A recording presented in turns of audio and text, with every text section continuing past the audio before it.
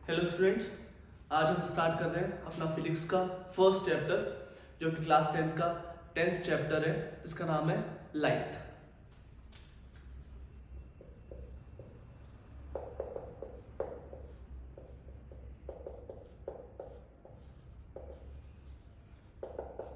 तो फर्स्ट जो हेडिंग है अपनी लाइट, उसी के बारे में नॉर्मल इंफॉर्मेशन लेते हैं, उसके कुछ प्रॉपर्टीज के बारे में जानते हैं। लाइट क्या है?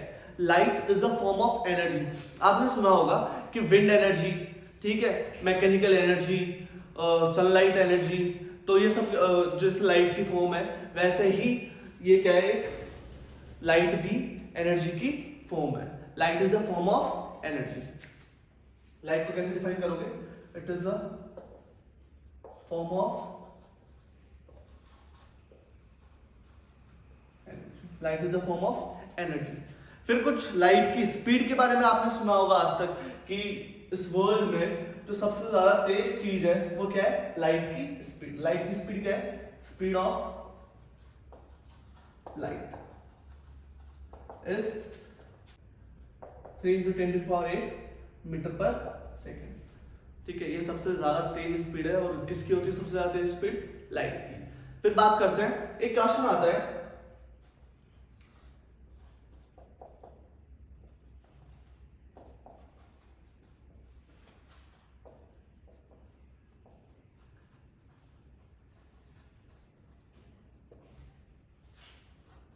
It is a type of electromagnetic wave. एक क्वेश्चन आता है अपने पास, why light does not need medium to travel, कि लाइट को ट्रेवल करने के लिए मीडियम की जरूरत क्यों नहीं पड़ती है? तो रीजन क्या है? It is a type of electromagnetic wave और इसकी स्पीड इतनी ज्यादा तेज है कि इसको मीडियम की जरूरत नहीं पड़ती। तो ये दो फैक्टर्स हैं जिसकी वजह से लाइट को ट्रेवल करने के लिए मीडियम की जरूरत नहीं पड़ती है। रीजन क्या है? It is a type of electromagnetic wave. वही अपन ने क्लास 9 में पढ़ा था, साउंड जो है उसको ट्रेवल करने के लिए मीडियम की जरूरत पड़ती है, लेकिन लाइट को ट्रेवल करने के लिए मीडियम की जरूरत नहीं पड़ती है। तो उसका रीजन क्या है? Because light is a type of electromagnetic wave. अगर वही हम बात करें साउंड की, तो वो कैसी टाइप की वेव होती है? Mechanical wave. तो mechanical waves require medium to travel और उनकी स्पीड भी थोड़ी स्लोअर होती है as compared to light. Light की स्पीड बहुत ज्यादा तेज होती है, फर्स्ट रीजन। दूसरा, light is a type of electromagnetic wave, इसलिए इसी वजह से इनको ट्रेवल करने के लिए मीडियम की जरूरत नहीं पड़ती है।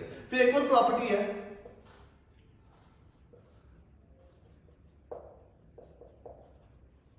Rectilinear propagation of light. Rectilinear propagation of light, कि light always travel straight. Light हमेशा कैसी ट्रेवल करती है? स्ट्रेट ट्रेवल करती है। तो ये कुछ प्रॉपर्टीज है। Light is a form of energy, light का एनर्जी की फॉर्म है। दूसरा, इट इज जो लाइट की स्पीड है, speed of light is 3 × 10⁸ metre per second.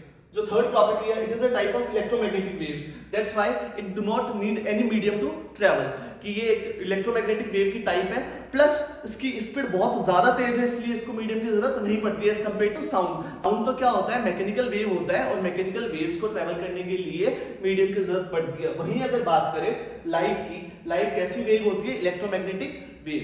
जो लाइट है उसको ट्रेवल करने के लिए मीडियम की जरूरत नहीं पड़ती है। अगली प्रॉपर्टी है रेक्टिलिनियर प्रोपगेशन ऑफ लाइट, कि लाइट हमेशा स्ट्रेट ट्रेवल करती है। इसका मतलब है, रेक्टिलिनियर प्रोपगेशन का मतलब है light always travels in straight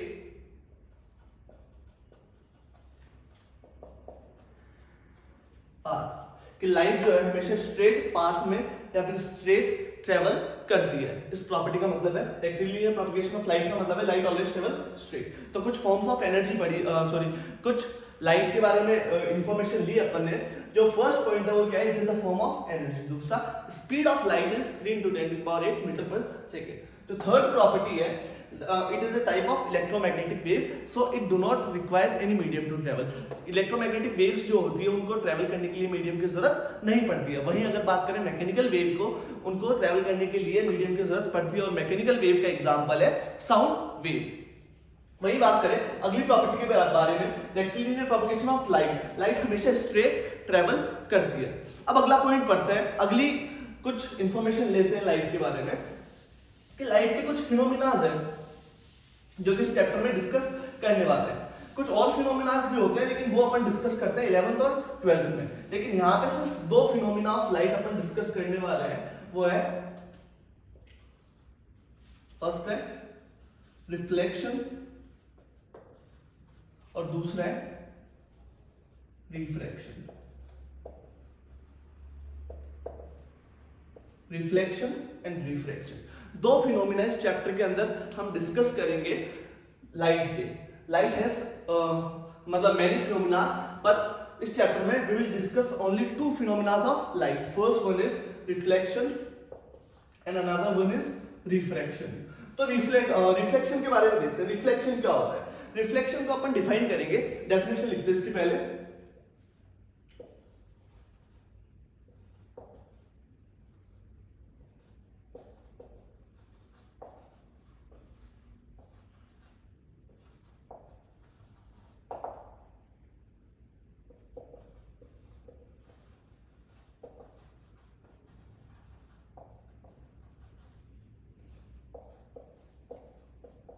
bouncing back of light incident on polished surface.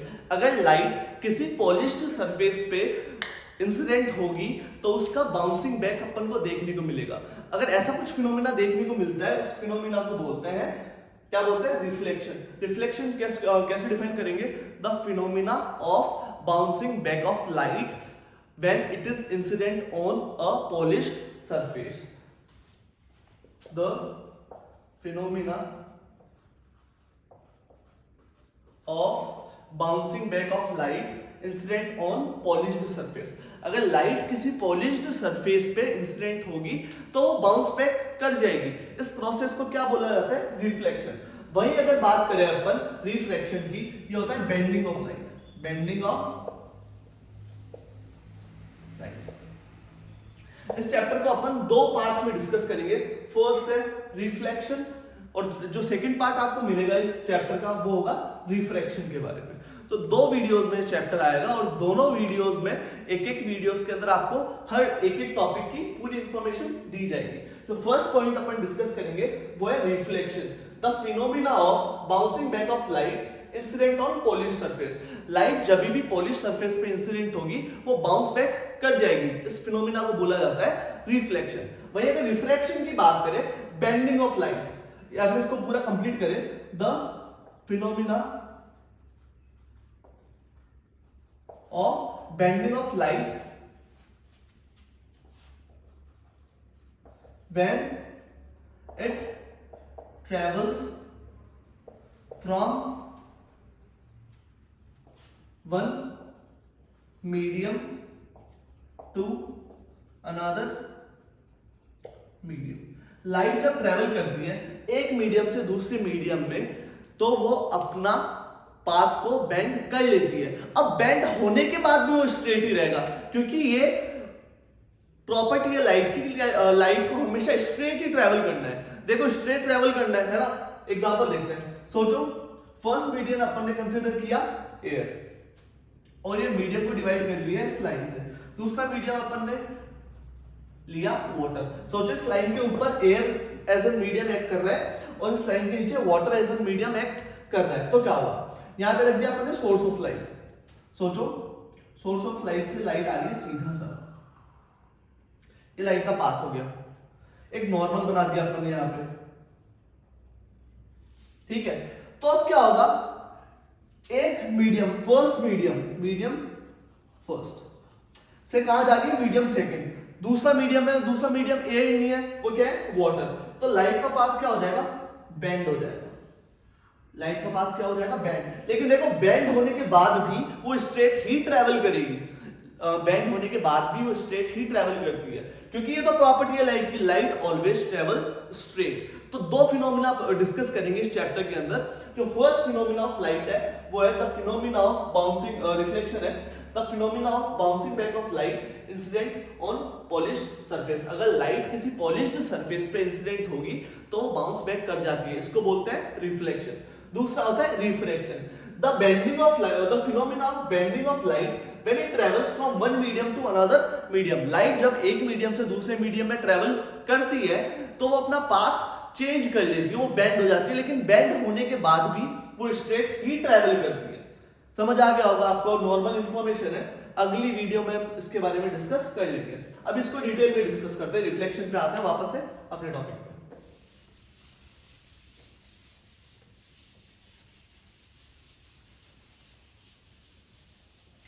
तो जो रिफ्लेक्शन देखा जाता है, रिफ्लेक्शन क्या होता है, the phenomena of bouncing back of light when it is incident on polish surface, कि जो लाइट हो जाती है वो लाइट का एक फिनोमेना होता है जिसमें लाइट बाउंस बैक कर जाती है जब भी वो पॉलिश सरफेस के कांटेक्ट में आती है। The phenomena of bouncing back of light surface, light जब भी पॉलिश सरफेस पे इंसिडेंट होगी वो बाउंस बैक कर जाएगी। इस फिनोमेना को बोला जाता है रिफ्लेक्शन ऑफ लाइट।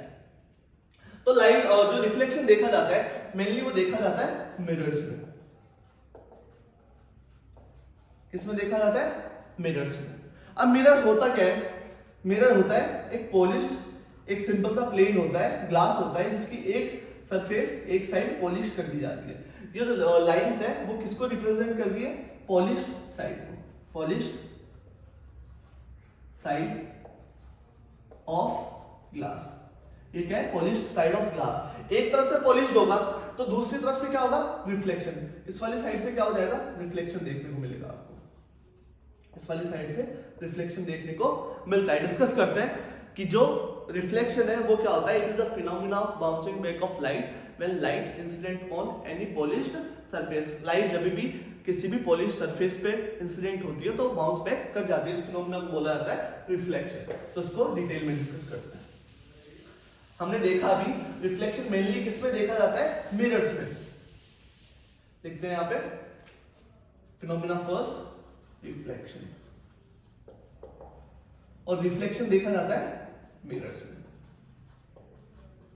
रिफ्लेक्शन देखा जाता है मिरर्स में। मिरर्स को अपन कैटेगराइज करते हैं two types of mirror. First है प्लेन मिरर, प्लेन मिरर।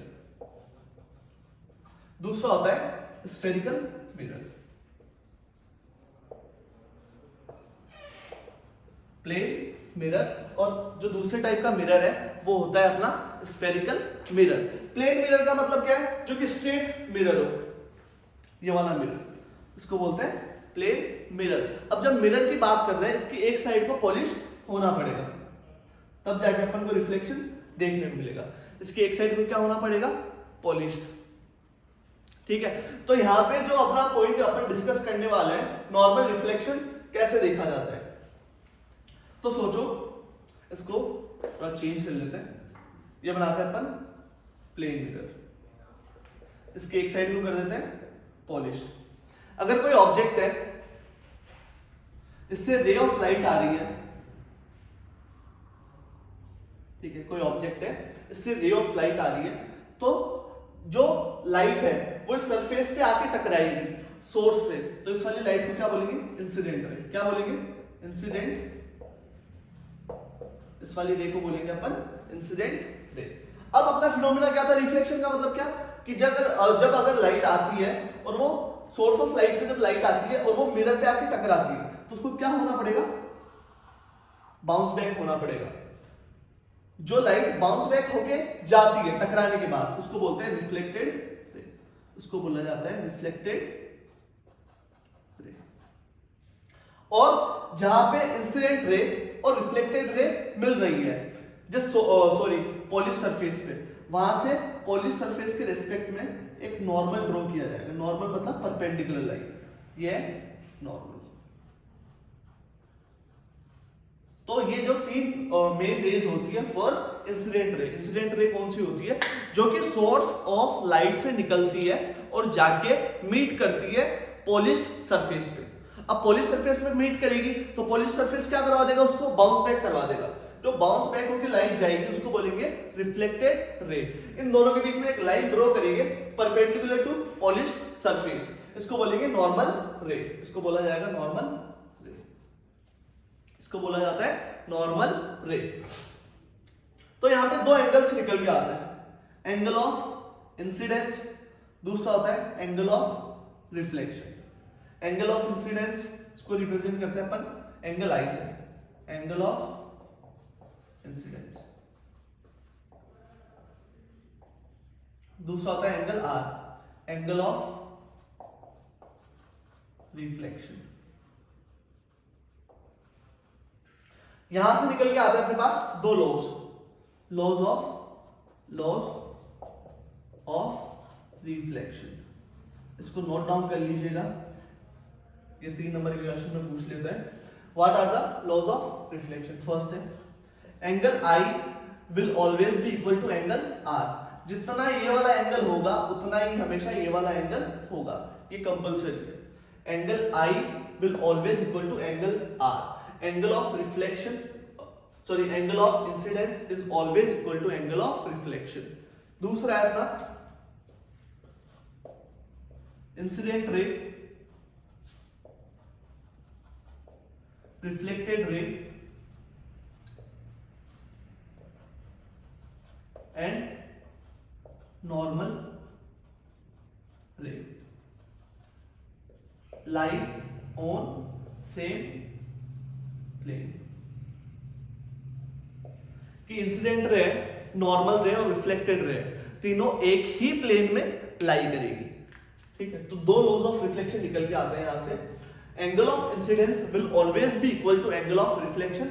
जो अपना सेकंड लॉ है वो क्या है? इंसिडेंट रे ये वाली, नॉर्मल रे ये वाली and reflected ray will lie always on same plane. ये तीनों की तीनों रेस हमेशा सेम प्लेन में लाई करेगी। ये अपना सेकंड लॉ ऑफ रिफ्लेक्शन। इसको नोट डाउन कर लीजिए, आगे और डिटेल में बात करते हैं प्लेन मिरर की। दो बेसिक लॉज तो पता लग गए कि इंसिडेंट रे, नॉर्मल रे, रिफ्लेक्टेड रे हमेशा एक ही प्लेन में लाई करेगी। दूसरा जो लॉ है angle of incidence will always be equal to angle of reflection. अब एक इमेज फॉर्म करवा के देखते हैं। ये याद रखना, इमेज हमेशा वही फॉर्म करेगी जहां पे रिफ्लेक्शन के बाद रेस जाके मीट करती है। ध्यान से सुनना, the image will be formed only where reflected rays will meet. जहां पे रिफ्लेक्टेड रेस मीट करेगी वहीं पे इमेज फॉर्म होगी। सोचो, ये अपना प्लेन मिरर है, यहां पे कुछ ऑब्जेक्ट रखा हुआ है अपन ने। ठीक है, ऑब्जेक्ट से रेस जाती है कुछ यूं, तो ऑब्जेक्ट से जब रेस निकल के जाती है और पॉलिश सरफेस पे जाके टकराती है उसको क्या बोलते हो? Incident ray. ये क्या हुई? अब पॉलिश सरफेस पे जाके इंसिडेंट रे टकरा रही है तो वो क्या वो भेजेगी? रिफ्लेक्टेड रे भी भेजेगी। चलो ये रिफ्लेक्टेड रे हो गई अपनी, जो कि बाहर की तरफ जा रही है। फिर एक और रे आई यहां पे। ठीक है, अकेली रे तो कैसे मीट करेगी? कम से कम दो रेस लेनी पड़ेगी अपन को उनका मीटअप शो करने के लिए। ठीक है, इसलिए अपन ने सेकंड रे को भेजा। अब जब सेकंड रे को भेज रहे हैं तो वो भी बाउंस बैक करेगी। अब देखो इन वाली रेस को, ये थोड़ा दूर जा रही है लेकिन ये पैरेलल रेस है तो ये तो कभी मीट करेगी नहीं आपस में। पैरेलल रेस कभी मीट नहीं करती है, तो यहां तो फिर इमेज फॉर्म ही नहीं होनी चाहिए। तो यहां पे क्या करेंगे? इधर तो फॉर्म होने से रही इमेज, इसको पीछे की तरफ एक्सटेंड किया जाएगा। तो जहां पे रेस मीट कर रही है, यहां पे रेस मीट करेगी तो यहां पे इमेज फॉर्म होगी। यहां पे रेस मीट कर रही है तो यहां पे इमेज फॉर्म होगी। अब देखो दो टाइप की इमेज निकल के आती है अपने पास ऐसे। फर्स्ट है रियल इमेज, दूसरा है वर्चुअल इमेज। ये वाला इंपॉर्टेंट है, difference between real image and virtual image. Real images वो होती है जो कि स्क्रीन पे ऑब्टेन की जा सकती है, जिनकी इमेज अपन स्क्रीन पे ऑब्टेन कर सकते हैं। सोचो आप शीशे के सामने खड़े हो, शीशे के सामने खड़े हो तो वहीं पे अगर एक मैं व्हाइट कलर की शीट लगा दूं तो वहां पे आपकी इमेज ऑब्टेन हो सकती है क्या? नहीं हो सकती। या प्लेन मिरर का जो घर पे यूज करते हो आप खड़े हो यहाँ पे और आपकी इमेज कहां फॉर्म हो रही है? मिरर के अंदर। तो मिरर के अंदर कोई स्क्रीन तो नहीं थी, तो यहाँ पे वर्चुअल रेस, इमेजिनरी रेस से जाके अपनी इमेज बनी है। तो ऐसी इमेज जो कि स्क्रीन पे ऑब्टेन नहीं की जा सकती उसको बोलते हैं वर्चुअल इमेज। और यहाँ पे जो ये इमेज है वो इमेजिनरी रेस से जाके बनती है। ये इमेजिनरी रेस से अपन ने एज्यूम किया है शायद ऐसा हुआ होगा कि पीछे की तरफ रेस एक्सटेंड हुई और यहाँ पे मीट कर रही है। तो यहाँ पे इमेज फॉर्म हो गई। वरना अगर रियल रेस की बात करें, ये तो कहीं पे मीट ही नहीं कर रही थी, तो जब मीट नहीं कर रही तो इमेज कैसे बनेगी, नहीं बन सकती। तो वर्चुअल इमेज क्या होती है, the image which is formed by imaginary rays। लिख लेना, मैं रिपीट कर रहा हूं, the image which is formed by imaginary rays are known as virtual image। दूसरा difference, the image which cannot be obtained on screen is known as virtual image। तो दो definition बोली, the image which is formed by imaginary rays, दूसरा the image which which cannot be obtained on screen। दूसरा अगर बात करते हैं real image की, ये रियल रेस से ही मिलके बनती है। जब दो रियल रेस या फिर दो से ज्यादा रियल रेस मिलेगी, ये वहां पे फॉर्म होगी और इसको स्क्रीन पे भी ऑब्टेन किया जा सकता है, इसको स्क्रीन पे भी ऑब्टेन किया जा सकता है। तो वर्चुअल, साथ में एक और पॉइंट डिस्कस करते हैं, जो वर्चुअल इमेज बनेगी वो हमेशा कैसी होगी, इरेक्ट भी होगी। जो वर्चुअल इमेज बनेगी वो हमेशा कैसी होगी, इरेक्ट भी होगी। इरेक्ट का मतलब सीधा, हमेशा सीधी इमेज बनेगी। आप शीशे के सामने जाके खड़े होते हो तो आपकी इमेज सीधी बनती है ना, हेड ऊपर पांव नीचे, ऐसा तो नहीं पांव ऊपर और सिर नीचे हो जाता है। तो इरेक्ट हमेशा इसका कॉम्बिनेशन बनेगा, वर्चुअल प्लस इरेक्ट। अगर कोई इमेज वर्चुअल है तो वो इरेक्ट भी है, आप बोल सकते हो, ठीक है। अगर कोई वर्चुअल इमेज है साथ में वो इरेक्ट भी रहेगी, और कोई रियल इमेज जो है वो साथ में क्या रहेगी, इन्वर्टेड। साथ में कैसी बनेगी, अगर कोई रियल इमेज है वो उल्टी बनेगी हमेशा। Real image will always be inverted image, but virtual image are always erect. तो अपने तीन डिफरेंस पढ़े वर्चुअल और रियल इमेज के। वर्चुअल इमेज क्या होती है, the image which is formed by imaginary rays. दूसरा, the image which can not be obtain, the image which cannot be obtained on screen। जो थर्ड है अपनी, the virtual image is always erect। जो virtual image होगी हमेशा erect होगी। वहीं अगर बात करें रियल इमेज की, real image is always formed by intersection of real rays. दूसरा पॉइंट है, real images can be obtained on screen। Third जो है, real images are always inverted image। जो रियल इमेज होगी हमेशा इन्वर्टेड इमेज होगी। तो पहले पढ़ा अपने लाइट क्या है, it is a form of energy. दूसरा, इसको मीडियम की जरूरत क्यों नहीं पड़ती, क्योंकि एक तो इसकी स्पीड इतनी ज्यादा है, दूसरा ये टाइप ऑफ इलेक्ट्रोमैग्नेटिक वेव है और इलेक्ट्रोमैग्नेटिक वेव को ट्रैवल करने के लिए मीडियम की जरूरत नहीं पड़ती। दूसरा आता है रिफ्लेक्शन। रिफ्लेक्शन क्या होगा, it is a phenomena of light in which light is bounce back when it is incident on polish surface. कि रिफ्लेक्शन के अंदर क्या होता है, लाइट का बाउंस बैक हो जाता है जब भी वो किसी पॉलिश सरफेस के कांटेक्ट में आती है। थर्ड जो है रिफ्लेक्शन देखा जाता है मिरर्स में। मिरर्स को अपन ने कैटेगराइज किया प्लेन मिरर में, स्फेरिकल मिरर। प्लेन मिरर क्या होता है, जो सीधे हो, जिनकी रिफ्लेक्टिंग सरफेस कैसी हो, बिल्कुल प्लेन हो, सीधी हो, तो उनको बोलते हैं प्लेन मिरर। फिर अपन ने टाइप्स ऑफ इमेज के बारे में देखा। एक तो वर्चुअल इमेज होती है जो कि हमेशा इमेजिनरी रेज से बनती है। वर्चुअल इमेज किससे बनती है, इमेजिनरी रेज से। ये हमेशा इरेक्ट होती है, सीधी होती है, इसको स्क्रीन पे ऑब्टेन नहीं किया जाता। Do not obtain on screen। Screen पे ऑब्टेन नहीं किया जा सकता इसको, ठीक है। वही रियल इमेज की बात करें, these images are always inverted। ये रियल इमेज से मिलके बनती है, इनको स्क्रीन पे ऑब्टेन किया जा सकता है। फिर ये वाला डायग्राम देख लेना कि प्लेन मिरर से जब इमेज बनती है वो हमेशा कैसी होगी, वर्चुअल इरेक्ट। क्योंकि सामने से जो रिफ्लेक्ट होके रेज गई, सोर्स ऑफ लाइट से लाइट रेज आई, पॉलिश सरफेस पे टकराई और रिफ्लेक्ट हो गई। लेकिन जो रिफ्लेक्ट होने के बाद ये दोनों रेज बिल्कुल पैरेलल जा रही है, तो मीट नहीं करेगी, इनको पीछे की तरफ एक्सटेंड किया तो यहाँ पे जाके मीट कर रही है। तो इसका हेड देखो ऊपर, इसका हेड भी ऊपर है। तो आपको समझ आ गया होगा प्लेन मिरर में जो इमेज बनती है हमेशा वो कैसी होती है, वर्चुअल एंड इरेक्ट। इसको और डिटेल में डिस्कस करते हैं। उसके बाद डिस्कस करेंगे अपन स्फेरिकल मिरर।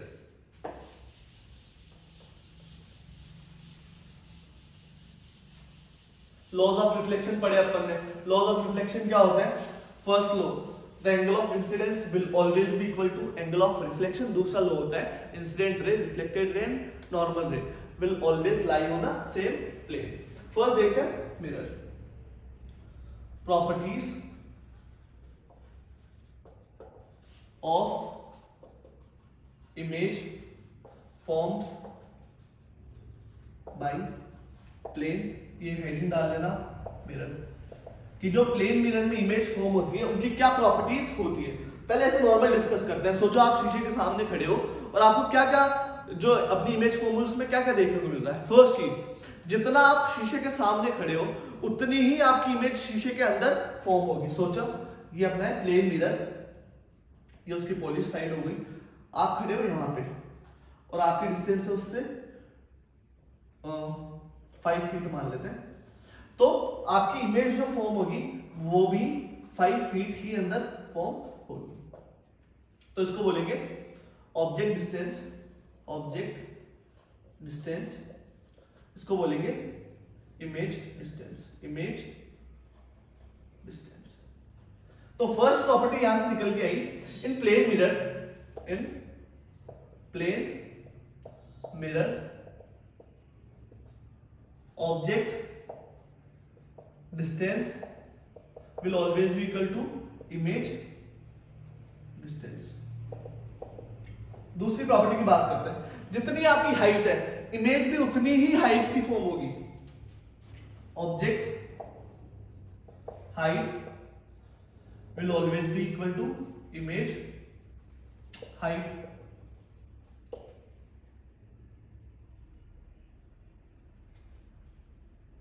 थर्ड बात करते हैं अपन कि जो इमेज फॉर्म होगी वो कैसी होगी, वर्चुअल एंड इरेक्ट। कैसी फॉर्म होगी, वर्चुअल एंड इरेक्ट।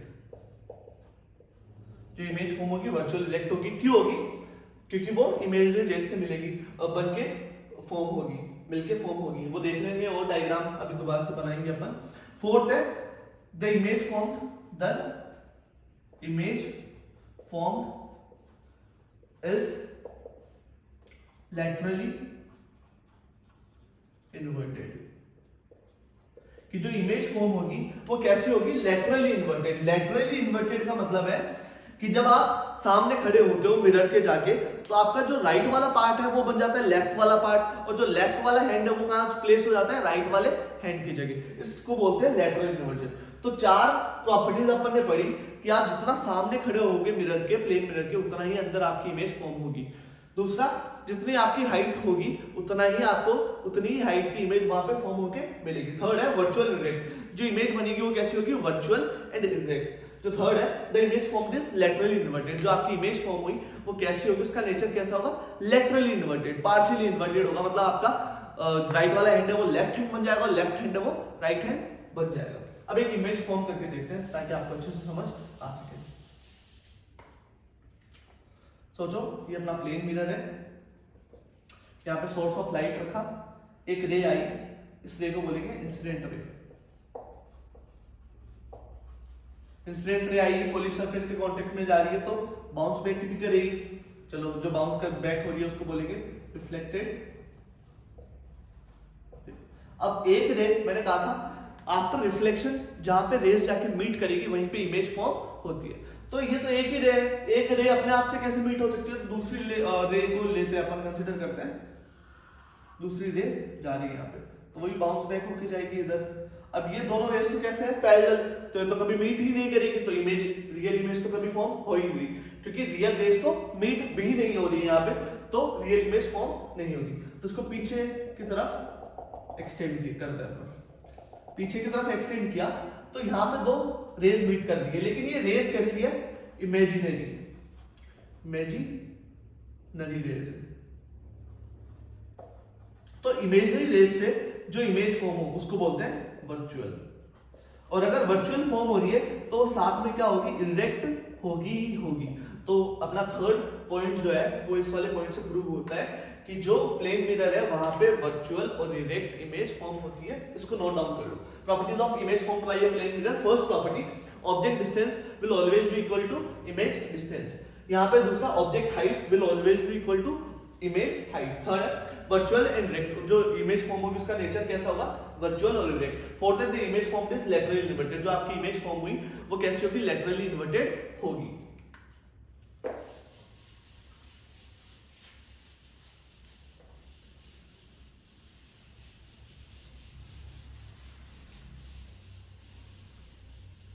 फिर बात करते हैं अपन स्फेरिकल मिरर से।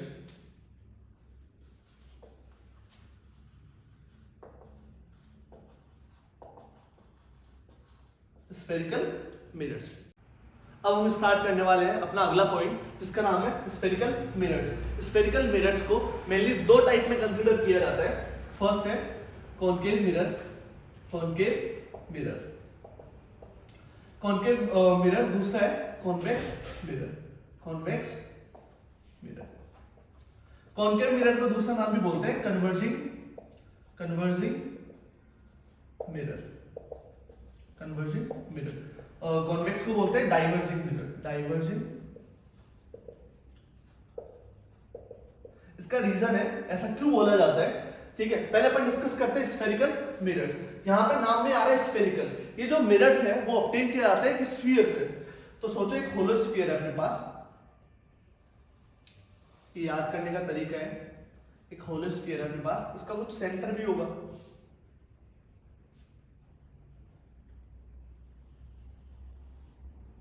है ना। पहले तो जान लेते हैं अपन कॉनकेव। तो ये कॉनकेव में एक वर्ड आ रहा है केव, केव का मतलब होता है गुफा। तो कॉनकेव को अपन डिस्कस करते हैं यहाँ पे, नॉर्मली अपन देख लेते हैं। इससे पहले एक चीज देख लेते हैं अपन, जान लेते हैं। कॉनकेव में होता है ये वाला मिरर, जिसकी पॉलिश्ड सरफेस अंदर की तरफ हो, सॉरी पॉलिश सरफेस हो यहाँ पे और रिफ्लेक्टिंग सरफेस हो अंदर। इसको कैसे बोलेंगे, polished surface bend outwards,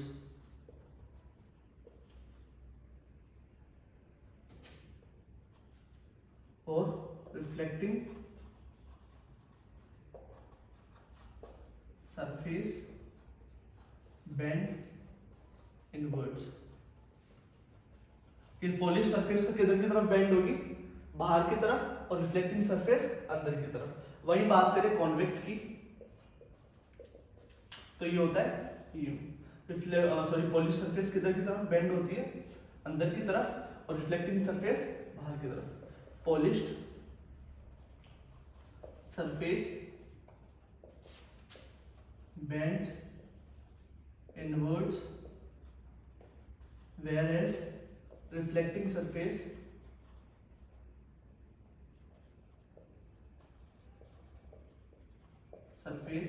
is bent outwards।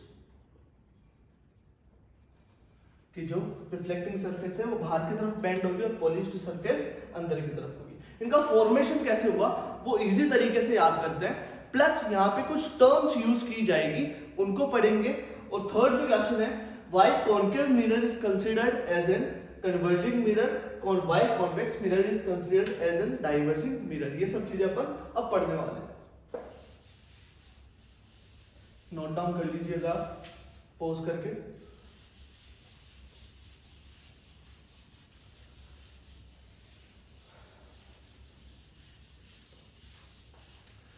First mirrors जो देख रहे हैं अपन ने वर्ड में देखा स्फेरिकल मिरर, स्फेरिकल मिरर। तो स्फेरिकल मिरर को दो पार्ट में कंसीडर किया अपन ने, कॉनकेव, दूसरा है कॉन्वेक्स। तो सोचो एक अपने पास होलो स्फीयर है, ठीक है, उसके बीच में सेंटर है, सेंटर से एक लाइन पास होगी यहाँ पे, सेंटर कंसीडर करते हैं यहाँ पे, सेंटर से एक लाइन पास होगी जो कि इस मिरर को, अपन इसको यहां से भी एक पार्ट में डिवाइड कर लेते हैं। चलो अगर पहले इसको यूं पार्ट में डिवाइड किया जाए तो इधर से मिला अपन को ये हाफ पार्ट, इसके लिए सेंटर कहां होगा, यहाँ, और सेंटर से एक रे पास हो रही है ऐसे। इधर वाले की बात करें अपन तो एक पार्ट मिला, आधा पार्ट यू, इसके लिए सेंटर कहां हुआ, यहाँ पे, और एक रे पास कर दी है यू, ठीक है। यहां से इसको तोड़ा तो यूं ही तो मिला अपन को, सेंटर से रे पास हो रही है, इसके लिए सेंटर कहां हो गया, मिरर ये था, तो मिरर ये था, इसकी पॉलिश साइड कैसे थी, अंदर की तरफ, इसकी पॉलिश साइड कहां थी, बाहर की तरफ। और यहाँ पे मिला, ये जो लाइन है बिल्कुल सेंटर से गई है, इसको कंसिडर किया अपन ने पोल। क्या कंसिडर किया, पोल। तो पोल को कैसे डिफाइन कर सकते हैं अपन, pole is the centre of mirror. Pole क्या है? मिरर का सेंटर है। पोल क्या है? मिरर। ये जो मिरर है इसका सेंटर है, ये जो मिरर है इसका सेंटर है। फिर ये वाला जो सेंटर था स्फीयर का सेंटर, इसको रिप्रेजेंट करते हैं, देखो यहाँ पे सी, यहाँ पे पी, यहाँ पे पी। तो सी जो है उसको बोलेंगे centre of curvature, centre of curvature, centre of curvature. अब सेंटर ऑफ कर्वेचर क्या होता है? ये जो मिरर्स है वो मिले कहां से? एक स्फीयर से। ये दोनों मिरर्स है कहां से मिल रहे अपन को? एक स्फीयर से।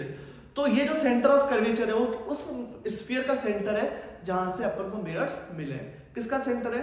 ये जो सेंटर ऑफ कर्वेचर है ये उस स्फीयर का सेंटर है जहां से अपन को स्फीयर्स जहां से अपन को मिरर्स मिले।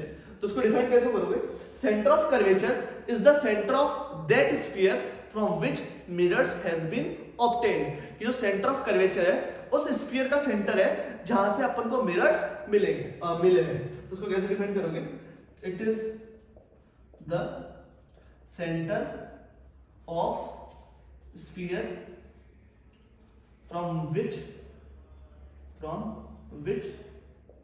mirrors are obtained, mirrors are obtained, from which the mirrors are obtained। ये उस स्फीयर का सेंटर है जहां से मिरर्स मिले हैं। और पोल क्या है? उन मिरर्स का सेंटर। और सेंटर ऑफ कर्वेचर क्या है? उस स्फीयर का सेंटर। अब देखो जब एक स्फीयर कंसीडर करते हैं तो सेंटर से लेकर सर्कमफेरेंस तक की डिस्टेंस को अपन क्या बोलते हैं? आर। ये हो गया अपना रेडियस ऑफ कर्वेचर। तो जो आर है वो क्या है? Radius of curvature. Radius of curvature क्या होता है? It is the distance between centre of curvature and pole. Pole से लेके सेंटर ऑफ कर्वेचर तक की डिस्टेंस को अपन क्या नाम देते हैं? Radius of curvature. यही तो हुआ, सेंटर से लेके पोल तक की डिस्टेंस, सेंटर से लेके पोल तक की डिस्टेंस को क्या नाम देते हैं? Radius of curvature. समझ आया? फिर एक और पॉइंट होता है फोकस। फोकस होता है सेंटर ऑफ कर्वेचर और पोल के बीच का पॉइंट। ये यहां पे फोकस, सेंटर ऑफ कर्वेचर और पोल के बीच का पॉइंट, इसको बोलते हैं फोकस। अगर इसमें देखें तो यहां कहीं पे फोकस मिलेगा आपको।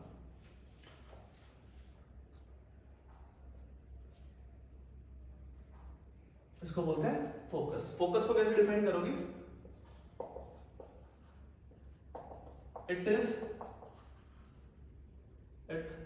The mid point of radius of curvature.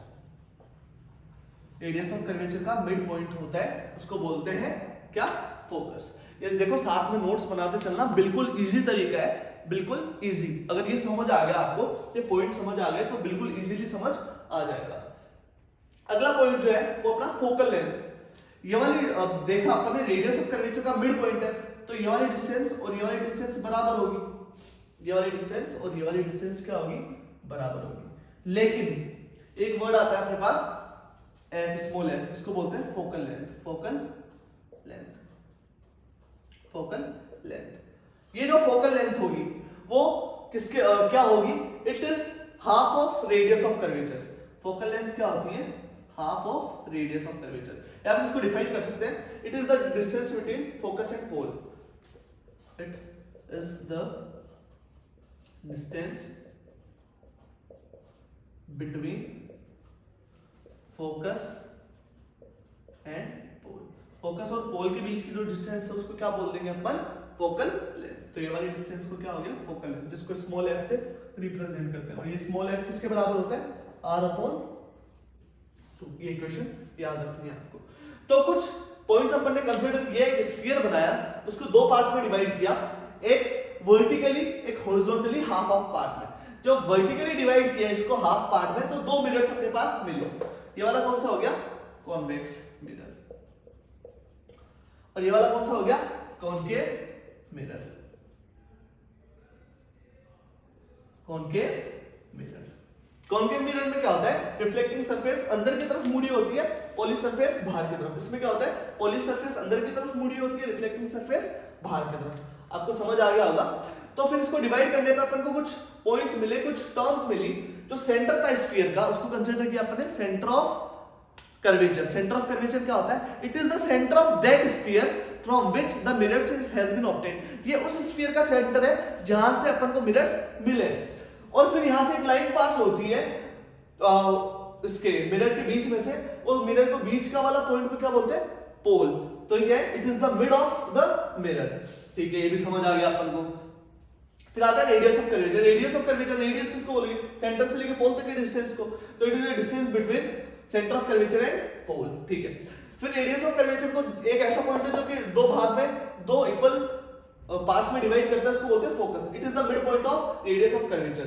ठीक है, radius of curvature, radius of curvature sorry focus और पोल से लेकर पोल तक के डिस्टेंस को अपन को बोलते हैं फोकल लेंथ, जिसको रिप्रेजेंट किया जाता है small f equals to r/2। एक और पॉइंट अपना बच जाता है यहाँ पे, principal axis. Principal axis, principal axis क्या होती है, it is the imaginary ray which is passing through center of curvature, focus and pole। ऐसी एक इमेजिनरी रे, ये एक्चुअल में रे होती नहीं है, ये एक इमेजिनरी रे होती है जो कि पास करती है सेंटर ऑफ कर्वेचर से, फोकस से और पोल से। सेंटर ऑफ कर्वेचर से, फोकस से और पोल से। इन सबको अपन दोबारा रीराइट करते हैं। आपको ये समझ आ गया होगा, इसको एक बार नोट डाउन कर लीजिए आप, पॉज करके अपन वापस इसको डिस्कस करते हैं।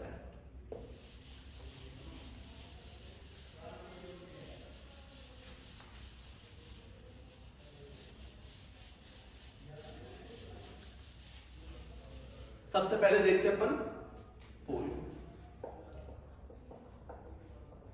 It is mid point of mirror. फिर आता है centre of curvature. Centre of curvature, इसको अपन रिप्रेजेंट करते हैं कैपिटल सी से। It is the centre of sphere from which mirrors has been obtained। ठीक है, थर्ड जो अपना है रेडियस ऑफ कर्वेचर, आर से रिप्रेजेंट करता है। रेडियस ऑफ कर्वेचर, जिसको अपन रिप्रेजेंट करते हैं कैपिटल आर से। It is the distance between center of curvature and pole। फिर आता है फोकस, जिसको रिप्रेजेंट करते हैं अपन कैपिटल एफ से। It is the mid point of radius of curvature. Fifth आता है focal length. Focal length, it is the distance between focus and pole. तो इसको रिप्रेजेंट करते हैं मैथमेटिकली r/2। फिर आता है last principal axis.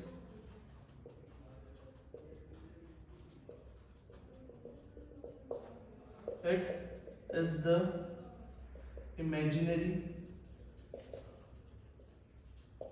axis passing through center of curvature, focus and pole। जो तीनों से एक इमेजिनरी रे पास कर रही है उसको बोलते हैं अपन प्रिंसिपल एक्सिस। इस वाली लाइन को बोलते हैं अपन प्रिंसिपल एक्सिस। समझ आ गया होगा आपको। स्फेरिकल मिरर्स, दो टाइप के मिरर्स होते हैं, concave mirror, convex mirror. Concave mirror वो होता है जिसमें रिफ्लेक्टिंग सरफेस अंदर की तरफ मुड़ी होती है और पॉलिश सरफेस बाहर की तरफ। इसमें जैसे उल्टा हो जाता है, पॉलिश सरफेस मुड़ी होती है अंदर की तरफ, रिफ्लेक्टिंग सरफेस बाहर की तरफ। इसको बोलते हैं कन्वर्जिंग मिरर, इसको बोलते हैं डाइवर्जिंग मिरर। फिर कुछ पॉइंट्स है, कुछ टर्म्स है जो इस चैप्टर में यूज होगी, इनको नोट डाउन कर लीजिए आप। फिर बढ़ते हैं अपना अगली डिटेल पे।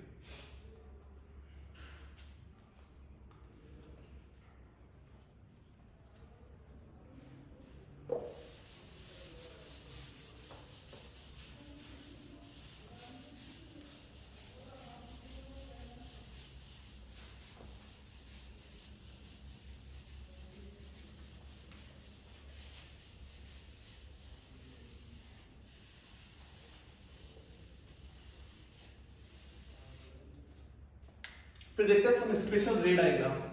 कुछ रूल्स होते हैं ना, रे पास होगी तो कहां से रिफ्लेक्ट होके जाएगी। Some special ray diagrams. अगर ये आपको समझ आ गया तो आप अपने आप आगे इमेज फॉर्मेशन देख सकते हो। फर्स्ट है कॉनकेव मिरर के लिए देख लेते हैं। एक कॉनकेव मिरर है, कॉनकेव मिरर बना दिया। ये पोल है, ये सेंटर ऑफ कर्वेचर है, ये अपना फोकस है। इतना तो पता था। अगर कोई ray, if any ray is passing parallel to principal axis, अपनी प्रिंसिपल एक्सिस ये थी, अगर कोई भी रे है जो कि प्रिंसिपल एक्सिस के पैरेलल पास हो रही है और जाके टकरा रही है मिरर से। फर्स्ट है रे पैरेलल टू प्रिंसिपल, अगर कोई भी रे है जो कि parallel to principal axis pass हो रही है तो अब ये जाके इंसिडेंट हुई मिरर पे। आफ्टर रिफ्लेक्शन ये कहां से पास होगी, ये याद रखना है आपको हमेशा कि कोई भी रे अगर पैरेलल टू प्रिंसिपल एक्सिस है, आफ्टर रिफ्लेक्शन वो कहां से पास होगी, फोकस से। After reflection it will pass through focus. समझ आया? तो उसी के साथ अपन बात करते हैं कॉन्वेक्स की। कॉन्वेक्स में क्या होगा फिर, ये आ गया अपना कॉन्वेक्स मिरर। इसमें होती है पॉली सरफेस अंदर की तरफ, इसमें दिक्कत आ जाएगी। इसमें होता है पोल यहाँ पे, फोकस यहाँ पे, सेंटर ऑफ कर्वेचर यहाँ पे। तो सोचो एक ऑब्जेक्ट यहाँ पे रखा हुआ है, एक रे ऑफ लाइट गई parallel to principal axis. Principal axis तो इमेजिनरी है ना, तो सोचो एक इमेजरी रे गई यूं, तो आफ्टर रिफ्लेक्शन वो कहाँ जाएगी, इधर। आफ्टर रिफ्लेक्शन जाना पड़ेगा उसको इधर, ठीक है। तो इधर तो जा रही है वो, लेकिन अपना रूल क्या था, अगर कोई भी रे है वो पैरेलल टू प्रिंसिपल एक्सिस जा रही है तो रिफ्लेक्शन के बाद वो कहां से पास होगी, फोकस से। तो एक वर्चुअल रे बनेगी यहाँ पे। समझ आया? ये याद रखना आप। सेकंड डायग्राम की बात करता है, इसको ध्यान से देखना दोनों को।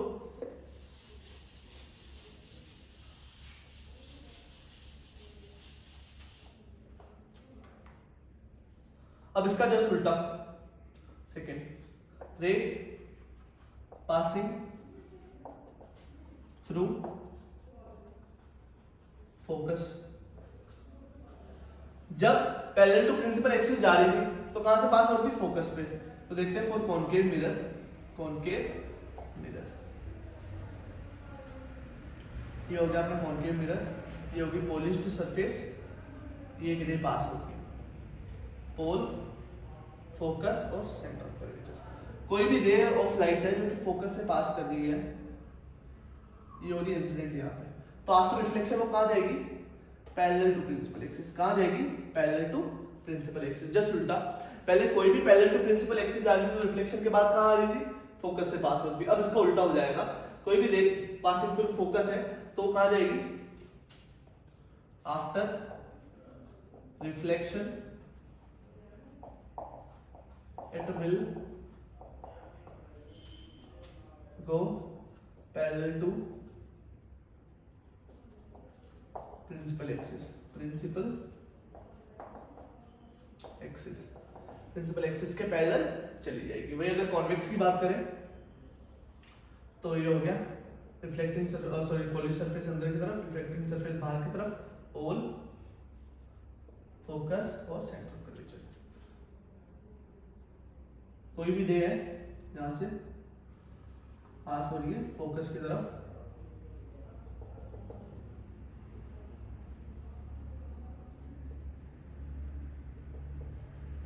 तो कहां चली जाएगी, parallel to principal axis. Parallel to principal axis वो रिफ्लेक्ट बैक हो जाएगी। समझ आया आपको? अगली बात करते हैं अपन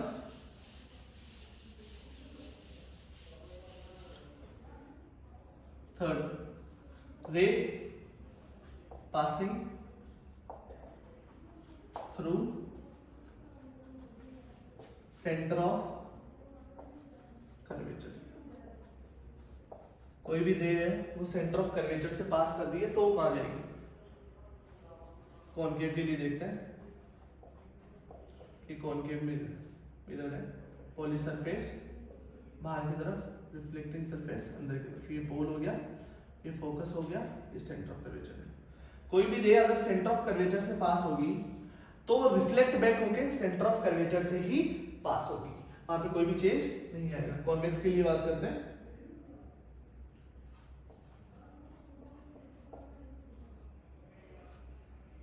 पॉली सरफेस अंदर की तरफ, रिफ्लेक्टिंग सरफेस बाहर की तरफ। ये हो गया पोल, ये हो गया फोकस, ये हो गया सेंटर ऑफ कर्वेचर।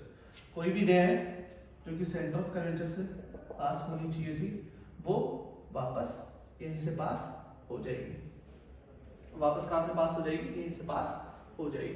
फिर बात करते हैं पहले लास्ट रे डायग्राम की।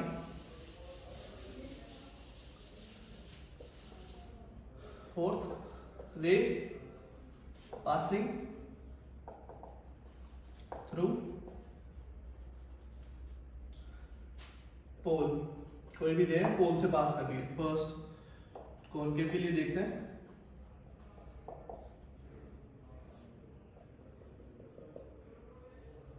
पोल, फोकस और सेंटर। कोई भी रे है अगर पोल से पास कर रही है तो जितना एंगल इधर बनाता नॉर्मल, ये इसके लिए क्या होगी? नॉर्मल। उसी सेम एंगल के साथ इधर रिफ्लेक्ट बैक हो जाएगी। समझ आया? इसके लिए बनाते हैं कॉन्वेक्स के लिए। रिफ्लेक्टिंग सरफेस पॉली सरफेस अंदर की तरफ, रिफ्लेक्टिंग सरफेस बाहर की तरफ, पोल, फोकस और ये सेंटर ऑफ कर्वेचर। कोई भी रे पोल से पास कर रही है तो वो सेम एंगल के साथ रिफ्लेक्ट बैक कर जाएगी। ये इधर चली जाएगी और ये इधर चली जाएगी। समझ आया? ये हो गया अपना कुछ रे डायग्राम इमेज फॉर्मेशन के लिए। हमेशा दो चीज याद रखना, ये मोस्ट इंपोर्टेंट है, लिख देता हूं मैं। Always object is always placed in left side of mirror. हमेशा ऑब्जेक्ट को लेफ्ट हैंड साइड में ही रखना पड़ेगा मिरर के। दूसरा क्या होता है? इमेज विल बी फॉर्म्ड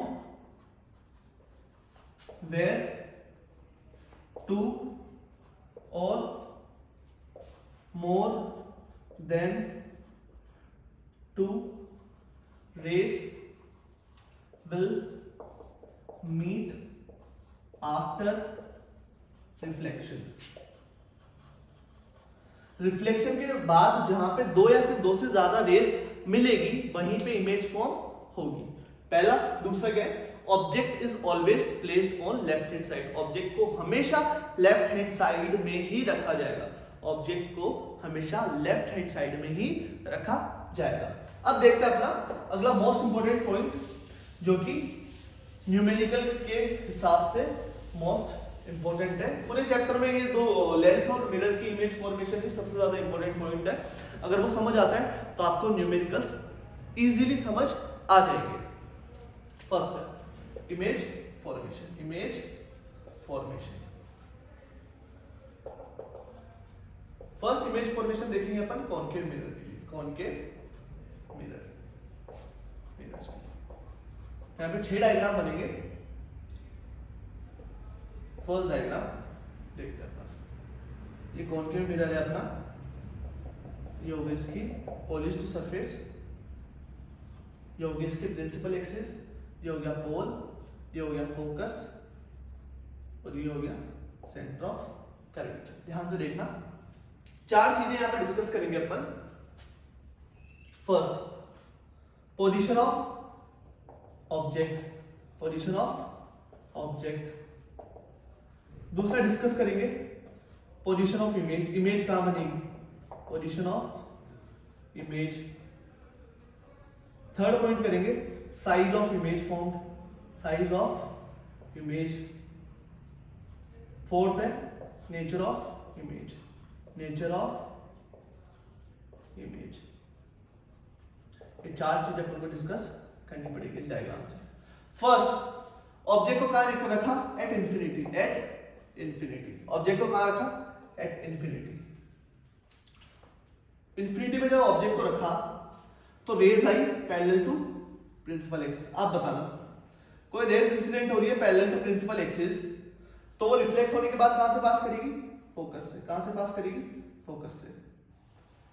और आफ्टर रिफ्लेक्शन दो रेज कहां मीट कर रही है, फोकस पे, इस पॉइंट पर मीट कर रही है, तो इमेज कहां बनेगी, at focus, at focus. Size क्या होगी, डिमिनिश्ड। इसका मतलब देखेंगे अपन वेरी स्मॉल, वेरी स्मॉल। और इसमें बनेगी रियल रेज से मीट कर रही है, तो इमेज का नेचर कैसा होगा, रियल। और रियल के साथ हमेशा क्या आता ना, इनवर्टेड, उल्टा। अब यहाँ पे उल्टी दिख तो नहीं रही है इमेज, लेकिन आपको जैसे जैसे आगे बढ़ेंगे वैसे वैसे समझ आ जाएगा। तो जब भी ऑब्जेक्ट रखा जाता है इंफिनिटी पे, इमेज कहां बनती है, फोकस पे। और कैसी साइज होती है उसकी, डिमिनिश्ड, वेरी स्मॉल। नेचर कैसा होता है, रियल एंड इनवर्टेड। इमेज के नेचर कैसा होता है, रियल इनवर्टेड।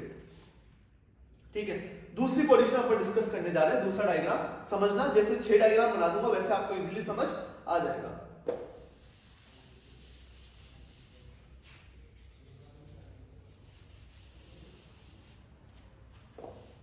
अब सेकंड डायग्राम, ऑब्जेक्ट को कहां रखा, बियॉन्ड सी, बियॉन्ड सी, सी के पीछे की तरफ। तो वापस बनाते हैं अपना कॉनकेव मिरर। ये होगी पॉलिश्ड सरफेस, ये हो गया अपनी प्रिंसिपल एक्सिस, ये होगी पोल, ये हो गया फोकस, ये हो गया सेंटर ऑफ कर्वेचर। तो सी के पीछे यहां पे ऑब्जेक्ट को रखा हुआ है। तो ऑब्जेक्ट से एक रे गई पैरेलल टू प्रिंसिपल एक्सिस। अब बताओ पैरेलल टू प्रिंसिपल एक्सिस जो रे जाती है आफ्टर रिफ्लेक्शन कहां से पास होती है, वो फोकस से। तो पास करा दिया अपन ने फोकस से। दूसरी रे जा रही है फोकस से, ठीक है, भेज दिया फोकस से। आफ्टर रिफ्लेक्शन उसको कहां जाना चाहिए, parallel to principal axis, parallel to principal axis वे। तो इमेज कहां बन रही है, सी और एफ के बीच में। कहां बन रही है, आफ्टर रिफ्लेक्शन दो रेज कहां मीट करी, यहां पे सी और एफ के बीच में। तो ऑब्जेक्ट को कहां रखा गया, beyond C, beyond C. Image कहां बनी, between C and F. Size कैसी है, ऑब्जेक्ट की साइज देखो, इमेज की साइज देखो, small as compare to object, small. और अब देखो इसका टॉप कहां, देखो कैप कहां है इसकी, अपवर्ड, इसकी कैप कहां है, नीचे। और रियल रेज से मिलके बनी है, तो नेचर कैसा हो जाएगा, रियल प्लस इनवर्टेड। अगले डायग्राम की बात करते हैं।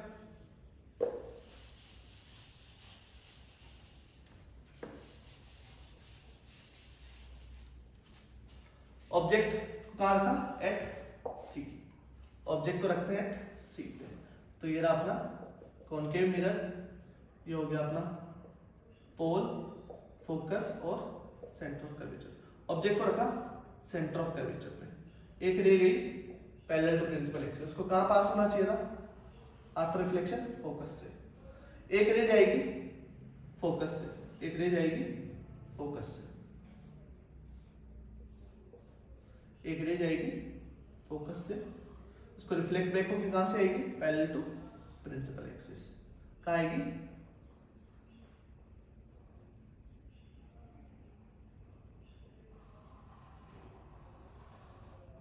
कहां जाएगी वो,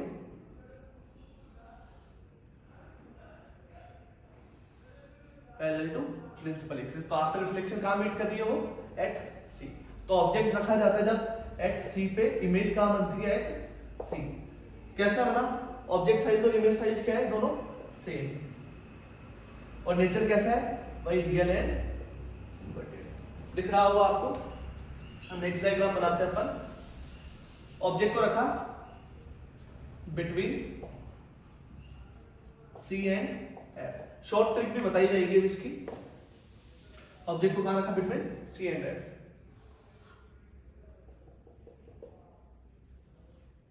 पोल, फोकस और सेंटर ऑफ कर्वेचर पे। ऑब्जेक्ट को रखा यहाँ पे, एक रह गई parallel to principal axis, after reflection कहाँ जाएगी, फोकस पे से। दूसरी जा रही है फोकस से पास करती हुई, तो आफ्टर रिफ्लेक्शन कहां जाना चाहिए इसको, यहां पे जाके मीट करिए, तो कहां भी मीट करिए, beyond C, between C and F. Image का फॉर्म हुई बियॉन्ड सी। देखो ऑब्जेक्ट से बड़ी दिख रही है तो लार्ज, और नेचर कैसे दिख रहा है, रियल एंड इन्वर्टेड। नेचर कैसे दिख रहा है, रियल एंड इन्वर्टेड। अगली इमेज देखते हैं अपनी, एट फोकस। ऑब्जेक्ट को कहां रख दिया, फोकस पे, तो ये बनाया अपन ने कॉनकेव मिरर, ये हो गया पोल, ये हो गया फोकस, ये हो गया सेंटर ऑफ कर्वेचर। ऑब्जेक्ट को रखा यहाँ पे, एक रह गई सीधा, कहां से पास होगी, फोकस से। दूसरा रह गई पोल से, तो कहां से पास हो जाएगी,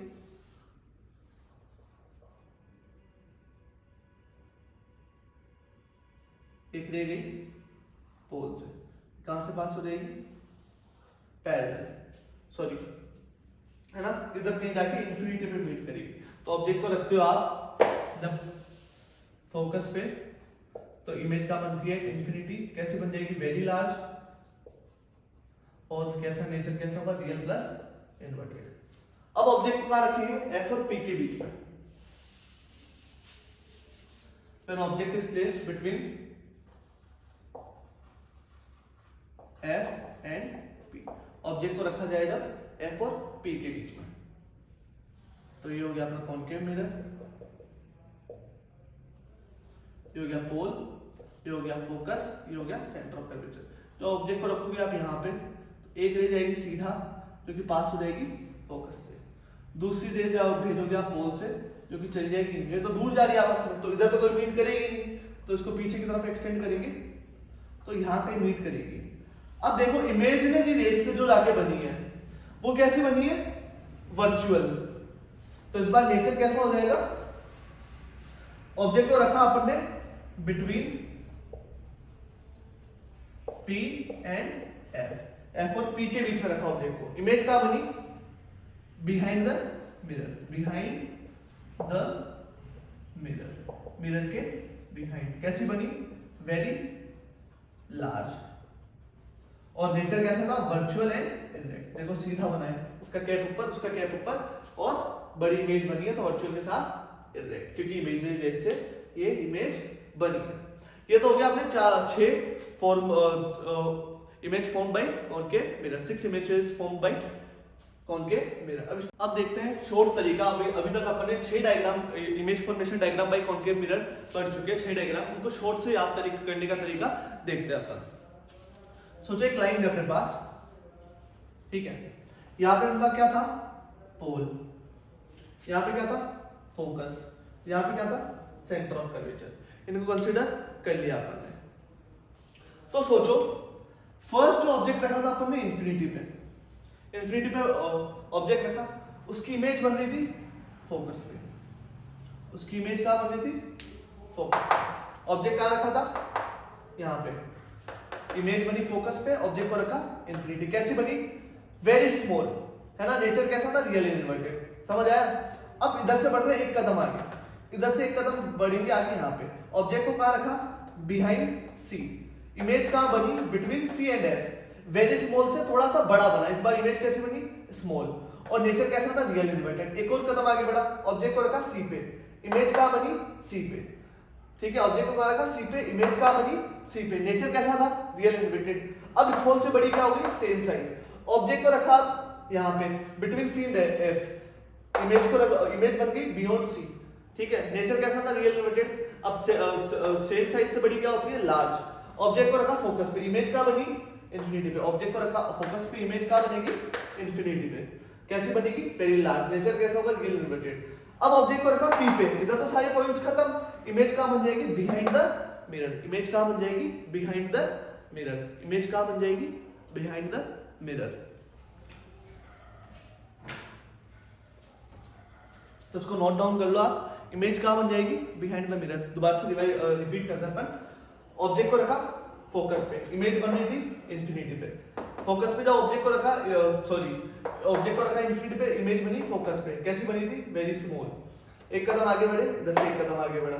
ऑब्जेक्ट को रखा बिहाइंड सी, इमेज बनी बिटवीन सी एंड एफ। कैसी, स्मॉल। ऑब्जेक्ट को रखा सी पे, इमेज कहाँ बनी, सी पे। कैसी साइज, सेम साइज। ऑब्जेक्ट को रखा between C and F, image कहाँ बनी, बियॉन्ड सी। साइज कैसी, लार्ज। ऑब्जेक्ट को रखा फोकस पे, इमेज बनी इन्फिनिटी पे। साइज कैसी, वेरी लार्ज। ऑब्जेक्ट को रखा इधर, इन्फिनिटी के बाद कोई भी पॉइंट नहीं है, तो इमेज कहाँ बन जाएगी, बिहाइंड मिरर। और इमेज का नेचर कैसा होगा, वर्चुअल इरेक्ट। और साइज क्या होगी, एल लार्ज। अब देखते हैं कॉन्वेक्स मिरर का। Image formation by convex mirror. Image formation by convex mirror. Convex mirror, इस कॉन्केव मिरर में अपन ने 6 डायग्राम पढ़े थे, लेकिन कॉन्वेक्स मिरर में सिर्फ 2 डायग्राम पढ़ेंगे। रीजन क्या है वो देखना। कॉन्वेक्स मिरर होता है कुछ ऐसा, ये होता है उसका पोल, ये होता है फोकस, ये होता है सेंटर ऑफ कर्वेचर। ऑब्जेक्ट को रखा इन्फिनिटी, पहला डायग्राम यही था, object at infinity. Object, distance, image, distance, object, distance. ध्यान से देखो इसको।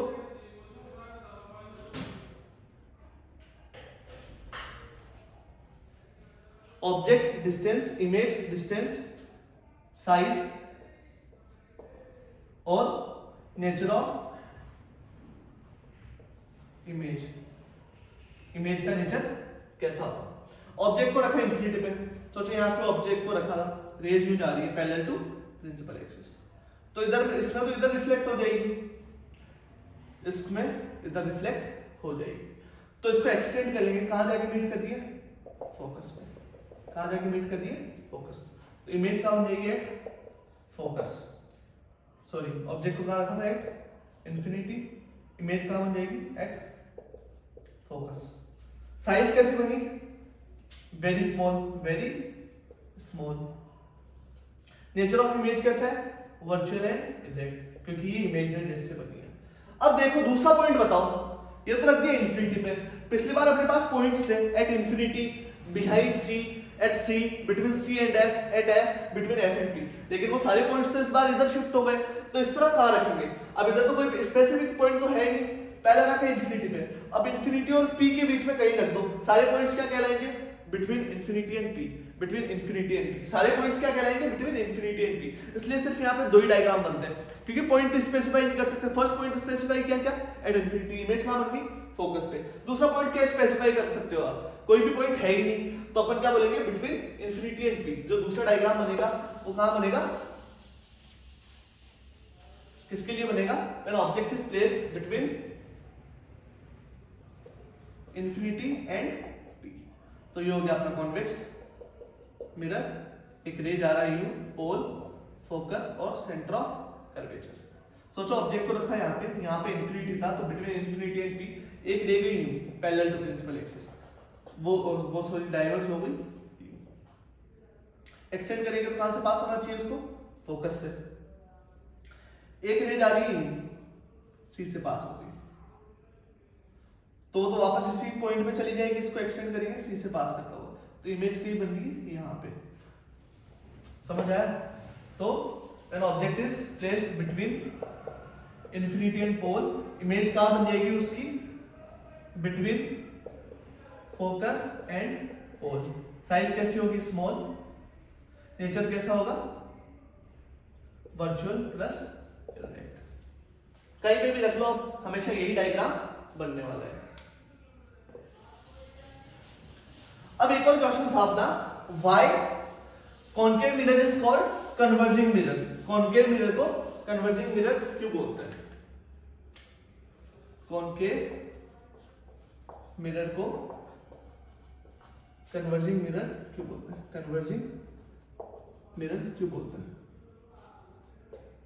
सोचो ये था अपना कॉन्केव मिरर, ये थी इसकी पोलिश सरफेस, ये था प्रिंसिपल एक्सिस, पोल, फोकस और सेंटर ऑफ कर्वेचर। ऑब्जेक्ट को रखा यू इन्फिनिटी पे, रेज जा रही है, तो ये देखो आफ्टर रिफ्लेक्शन कहां भेज रहा है, फोकस पे। तो ये रेस को मीट करवा रहा है। कन्वर्ज का मतलब क्या हो रहा है, आपस में पास में भेजना किसी को, कन्वर्ज करवाना मतलब जोड़ना। तो यहाँ पे रेस को क्या करवा रहा है, कन्वर्ज करवा रहा है, मीट करवा रहा है, इसलिए इसको क्या बोलते हैं, कन्वर्जिंग मिरर। वहीं अगर बात करें कॉन्वेक्स मिरर की, कॉन्वेक्स मिरर की ये हो गया अपना पोल, ये हो गया फोकस, ये हो गया सेंटर ऑफ कर्वेचर की। इन्फिनिटी पे एक ऑब्जेक्ट को रखा, एट इन्फिनिटी रेस जा रही है पैरेलल टू प्रिंसिपल एक्सिस। तो ये क्या कर रहा है, रेस को दूर भेज रहा है, तो इसलिए इसको क्या बोला जाता है, डाइवर्जिंग मिरर। कॉन्वेक्स मिरर को क्या बोला जाता है, डाइवर्जिंग मिरर। ये रेस को मीट ना करवा के एक दूसरे के अपोजिट डायरेक्शन में भेज रहा है, तो उसको बोलते हैं डाइवर्जिंग मिरर। ये क्या कर रहा है, रेस को सेम डायरेक्शन में भेज रहा है ताकि वो मीट हो सके, इसलिए कॉन्वेक्स मिरर को बोलते हैं कन्वर्जिंग मिरर, उसको बोलते हैं डाइवर्जिंग मिरर। इसका आंसर भी मिल गया होगा आपको।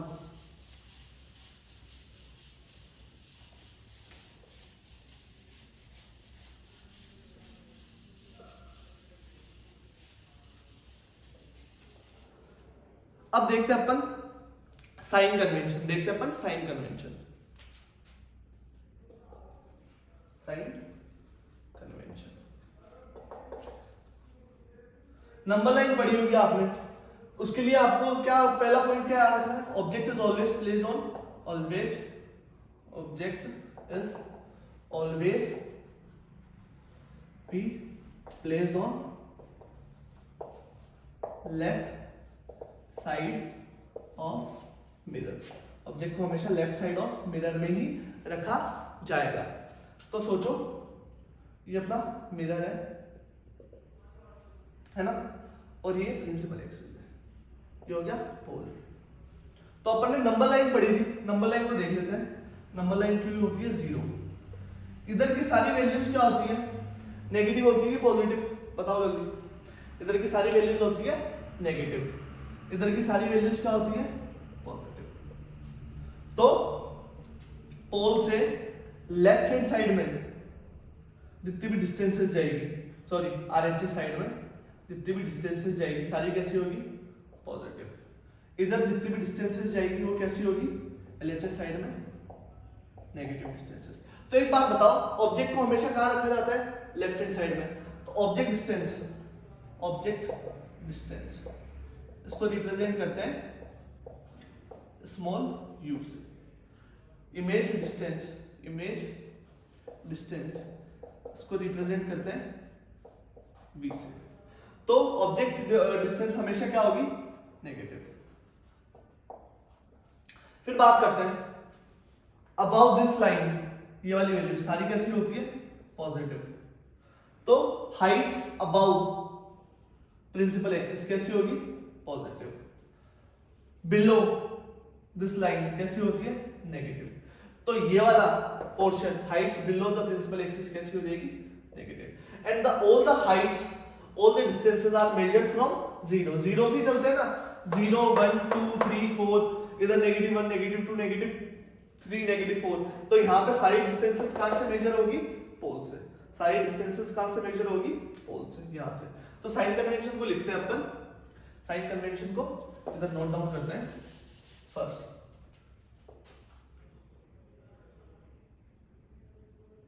all the distances are measured from pole, from pole. First, heights above principal axis are positive, heights below principal axis is negative. Fourth, distances on left side from pole are taken as negative.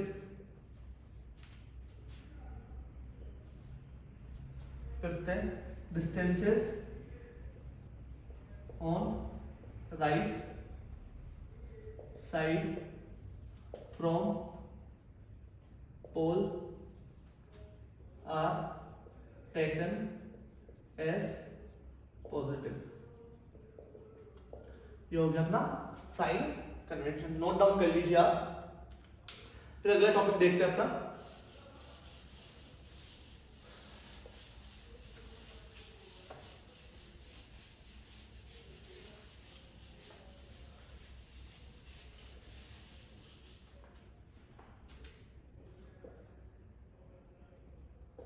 uses of concave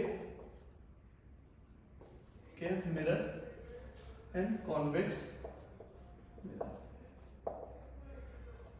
concave mirror और convex mirror के uses बताओ। Concave mirror क्या करता है, zoom करके दिखाता है for zooming purpose. आप डेंटिस्ट के पास जाते हो, मिरर यूज्ड बाय डेंटिस्ट। अब कन्वर्जिंग मिरर रेस को कन्वर्ट करता है, mirror used in solar panels. Focus पे रिलीज करता है रेस को, तो यूज इन टॉर्च के अंदर यूज किया जाता है इसका। ठीक है, रेस को बहुत दूर तक भेजना होता है, यूज इन हेडलैम्प्स में काम में लिया जाता है। कॉन्वेक्स मिरर का ये वाइड एरिया को शॉर्ट पिक्चर में दिखाता है, use to cover wide area. तो मिरर्स यूज्ड एट टर्न्स पे जो मिरर यूज होते हैं। ठीक है, फिर स्ट्रीट लाइट्स पे यूज कर सकते हैं, टू स्कैटर लाइट। फिर रियर व्यू मिरर की तरह काम में लिया जाता है इसको, रियर व्यू मिरर की तरह काम में लिया जाता है इसको। अगला जो पॉइंट अपना है वो है मिरर फॉर्मूला। मिरर फॉर्मूला ये अपना mirror formula 1/v plus 1/u equals to 1/f, where v equals to image distance, u equals to object distance, f equals to focal length। फिर आता है मैग्निफिकेशन फॉर्मूला।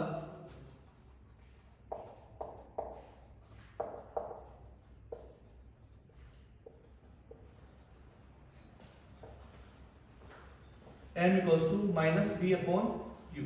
दूसरा होता है m equals to height of image upon height of object. ये use करेंगे अपन numerical के अंदर। ठीक है, जब अपन न्यूमेरिकल करेंगे, जो कि अपन नेक्स्ट वीडियो में मिरर से रिलेटेड सारे न्यूमेरिकल्स सॉल्व करेंगे, उनके अंदर ये सारे फॉर्मूले यूज होंगे। तो इनको प्लीज नोट डाउन कर लीजिएगा, और किसी भी तरीके का डाउट हो तो आप कमेंट बॉक्स में छोड़ सकते हैं।